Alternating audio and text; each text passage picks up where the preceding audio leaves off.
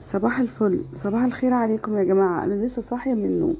اللهم صل وسلم وبارك على سيدنا محمد وعلى آله وأصحابه أجمعين.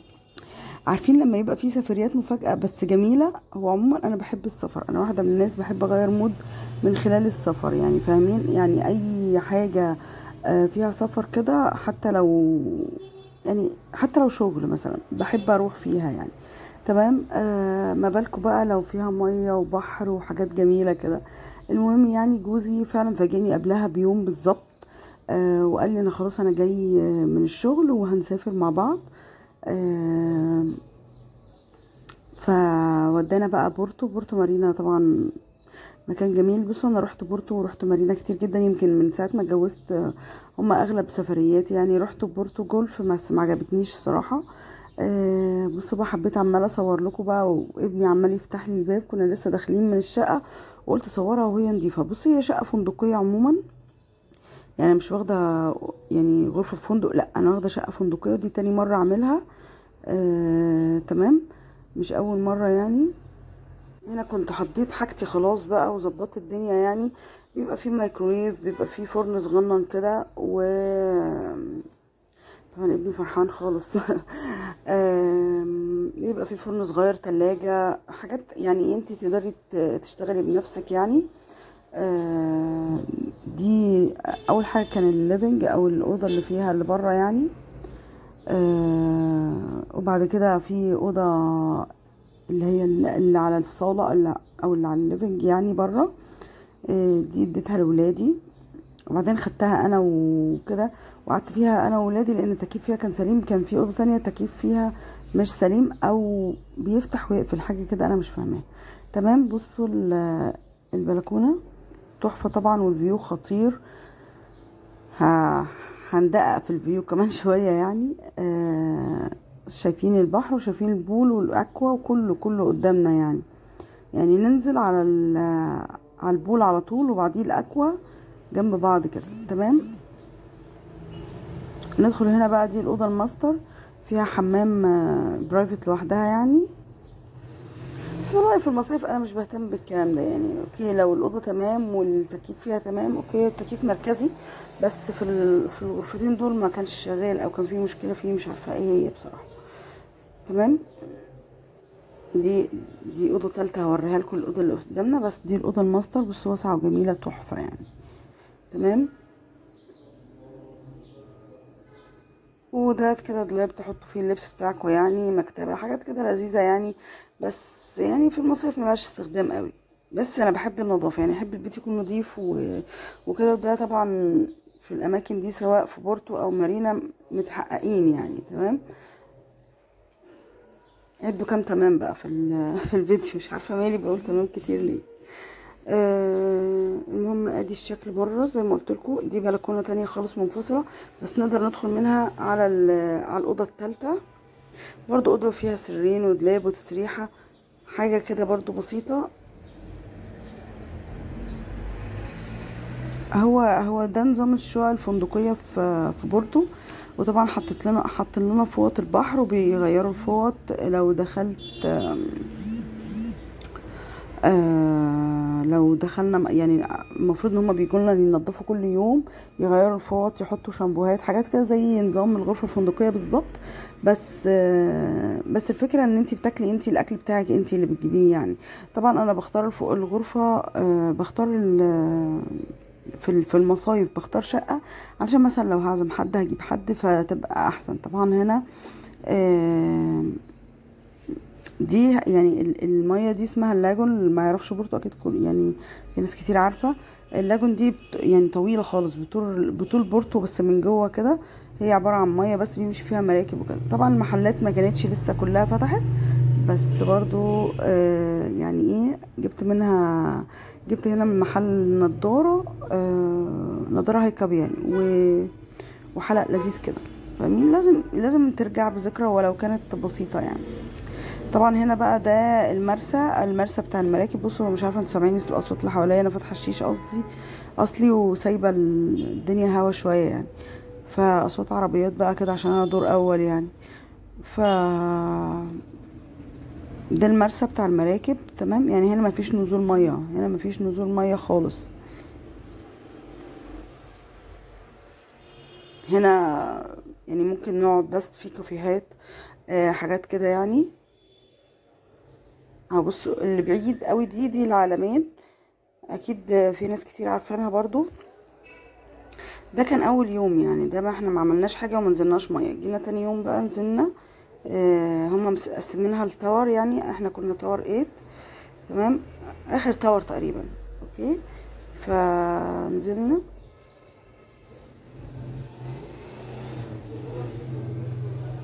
هناخد بصوا هنا بقى احلى حاجه ان كل الخدمات فور فري يعني. خلاص انت تبع الفندق، او انت واخده غرفه فندقيه، الكراسي الشماسي كله تبع الفندق. بس كمان لما بتروح البحر نفس الستايل يعني. هنا ماشي اوكي، انت تبع الفندق، بس كمان احنا دلوقتي لما هنروح البحر هنروح وايت بارادايس، طبعا شاطئ تحفه يعني. وكمان اساسا عشان توصلي له يعني حاجه ممتعه هنشوفها مع بعض بقى. كل الخدمات فور فري. طبعا لو عايز تشرب مشروب او حاجه كده طبعا لا، بس اقصد ان الخدمات كلها فور فري يعني. احنا من طبعنا مش من الناس اللي بتاكل على الشط او حاجات كده، لان احنا بننزل بعد الظهر يعني، بعد العصر كمان مش بعد الظهر يعني. فبنبقى مش بنطول قوي في المكان، فخلاص بنبقى محضرين اكلنا وهنطلع ناكله فوق وفاطرين وكل حاجه تمام. لو حد بس طلب مشروب او حاجه بس يعني. كنا في اليوم ده رحنا البول. بصوا مش عارفين نجمع قوي ما بينهم. آه بس اللي حصل ان انا يعني ايه، احنا انقسمنا نصين. نص انا رحت 4، فقلت اصور لكم 4 برضو. على فكرة هو الدخول لازم بباص ل4 مخصص. زمان ما كانش كده، كانت الدنيا مفتوحة بورتو ومارينا كله على بعضه. لكن دلوقتي لأ، اللي في مارينا يقدر يعدي على مارينا 1 و2 و3 و4، لكن اللي في بورتو ما يعديش، ما يتخطاهاش. بس احنا دخلنا يعني. كنا رايحين نجيب ميه وكده وحاجات كده، نشتري حاجات يعني، فقلت اصورها لكم. هي كانت شغاله شويه عن بورتو يعني. بورتو كانت اشتغلت يوم الخميس. هنا طبعا الكافيه ده مشهور جدا، هو الكافيه الرئيسي في مارينا 4 برنسس. وكان في ماتش بين الاهلي والوداد، فالناس بقى بصوا كانت على اعصابها زي ما انتم شايفين كده، كله قاعد على اعصابه. هجيب لكم شويه من الاحتفالات، بس طبعا انا لغيت الصوت. بس يعني قعدت في برنسس شويه. بصوا يعني احلى كافيه يعمل هيصه بجد. الهيصه بتاعته بتجيب يعني بتجيب المكان كله. بس كله كان في حالة ترقب غريب يعني. يعني مارينا 4 كلها طبعا. انا جوزي كان قاعد بقى في بورتو في كافيه قاعد يسمع الماتش يعني، فانا كنت زهقانه بقى، بس رحت برضو وسمعت اخر حته في الماتش. بصوا هنا بقى كانت بدأت الاحتفالات وعمالين يهيصوا وكده، بس للاسف مش عارفه اجيب الصوت لان كانت اغاني وكده. بتاع الفطير، بصوا بتاع الفطير عسل. بصوا آه بصوا بيعملوا اجواء يعني، كأن الفوز ليه معنى بجد يعني. انا بقى اتصلت بجوزي ساعتها قلت له تعالى بقى، انت شفت، انت صممت تقعد في كافيه في بورتو، بص احنا هنا هايصين. وهو يقول لي لا ده كان معايا زملكاويه.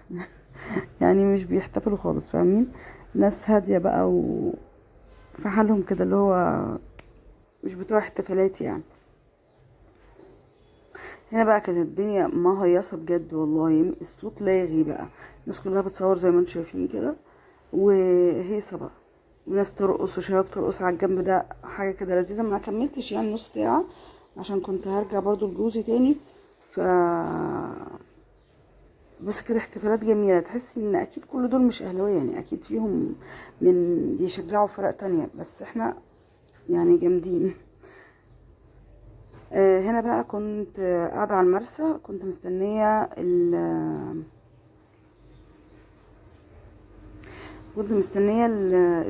المركب بقى تيجي تاخدني وتوديني الشاطئ اللي هو البارادايس. بس هو شاطئ تحفة. وكمان انا مش بس الشاطئ اللي بيعجبني بصراحة، لا اللي عاجبني اكتر طريقة الانتقال يعني. انا بحب اوي اركب المركب يعني، لو هركبها واروح واجي اتس اوكي يعني. بس البحر عادي يعني، هو جميل طبعا. مش عارفه اقول لكم البحر قد ايه تحفه، قد ايه كان كمان لما كان فاضي في الاول يعني، قبل بقى الناس ما تيجي على يوم الخميس وكده. السمك كان ماشي من حوالينا طبعا. ده حاجه جميله بالنسبه لي، انا بحبها يعني. عشان في ناس بتخاف، لا انا بحبها. هو يعني انتي برضو لو نزلتي مثلا في اي حته في مارينا الصبح بدري آه تلاقي السمك حواليكي وتبصي تلاقي سمك. لكن طبعا اول ما الدنيا بتبقى زحمه شويه هو بيهرب. شايفين؟ واخدالي كنت بعمل شعري بالمكوى والدنيا باظت يعني الحمد لله. شوفوا واخدين بالكم ولا لأ من الحريقه دي؟ هنا كنا خلاص سيبنا بقى المرسى بتاع بورتو وماشيين بقى يعني ايه. بصور لكم المكان كلية وهصور لكم برضو في الشاطئ يعني. لما نوصل على الشاطئ كده هصور لكم برضو. بصوا احلى حاجة في الرحلة يعني مش مهم خالص اساسا ننزل المية. مش بحب قوي مية البحر مع انها هادية وشبه البول بالظبط. ليه؟ لانها منطقة منغلقة يعني ما تقلقوش مفيش يعني مفيش قروش يعني. منطقة فاهمة منغلقة يعني. مش عارفة اذا كان في سمك. لا ممكن يكون في قروش صحيح. بس الحمد لله يعني ما كانش فيه حاجة. هو الوايت بارادايس طبعا الشاطئ ده معروف على فكرة. وبرضه يعني هو بفلوس بس خدمته تبع بورتو فانا مش بدفع فيه حاجة. تمام.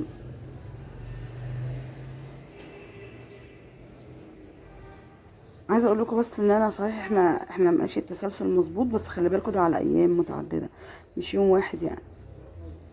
انا بقى الصاحب اللي هو بيبقى بيقعد الناس وكده مستنينا وكده وهيقعدنا على اوكي. مش عارفه الحته دي جت منضبطه ولا لا. المهم يعني ان احنا بنرجع بقى بعديها على الساعه 6 كده. لان اخر الشط الساعه 6 وده اوحش حاجه بقى ان اخر الشط الساعه 6 يعني اخره خالص الساعه 6.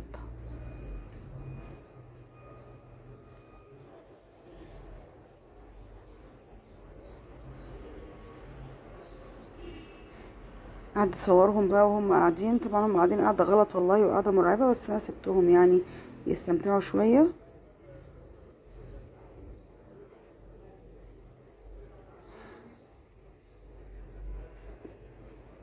هنا بقى كنا في العلمين. رحنا العلمين علشان خاطر انا بص كل سنه ما بروح العلمين بصور فيها. فبتهيالي اللي متابع فيديوهاتي هيبقى زهق اساسا من المنطقه دي. حاولت ان انا اعمل فولكلوريه يعني وان انا اصور بقى زي الناس ما بتصور كده وتقلب الشاشه وحاجات كده بس فشلت فشل ذريع. ما عرفتش خالص بس برضو عفرت وقلت هحط الحته دي في الفيديو برضو يمكن حد يعجب بيها ولا حاجه. أه بصوا هي العلمين انا كل سنه اقول مثلا هروح الاقي حاجه جديده او كده بس للاسف ما بلاقيش بصراحه. ما بلاقيش اي حاجه جديده خالص حصلت فيها يعني. بصوا لسه بحاول لسه في محاولات يعني. عارفين الناس اللي بتقلب الشاشه دي وتعمل كده بس قلت والله هصور لهم تجربتي الفاشله. هنا كنا في سعودي نشتري شويه حاجات يعني ونطلع. بصوا هو طبعا مليان كل حاجه في اي حاجه تخطر على بالك موجوده فيه. هو ده بس جماله يعني هايبر كبير جدا بس. مش عارفه بصراحه العلمين هتشتغل امتى يعني. مش عارفه المول اللي جوه ده هيشتغل امتى. يعني تحس ان مفيش حاجه جديده فيها بصراحه. كل سنه بروح نفس الحاجات يعني نفس الحاجات.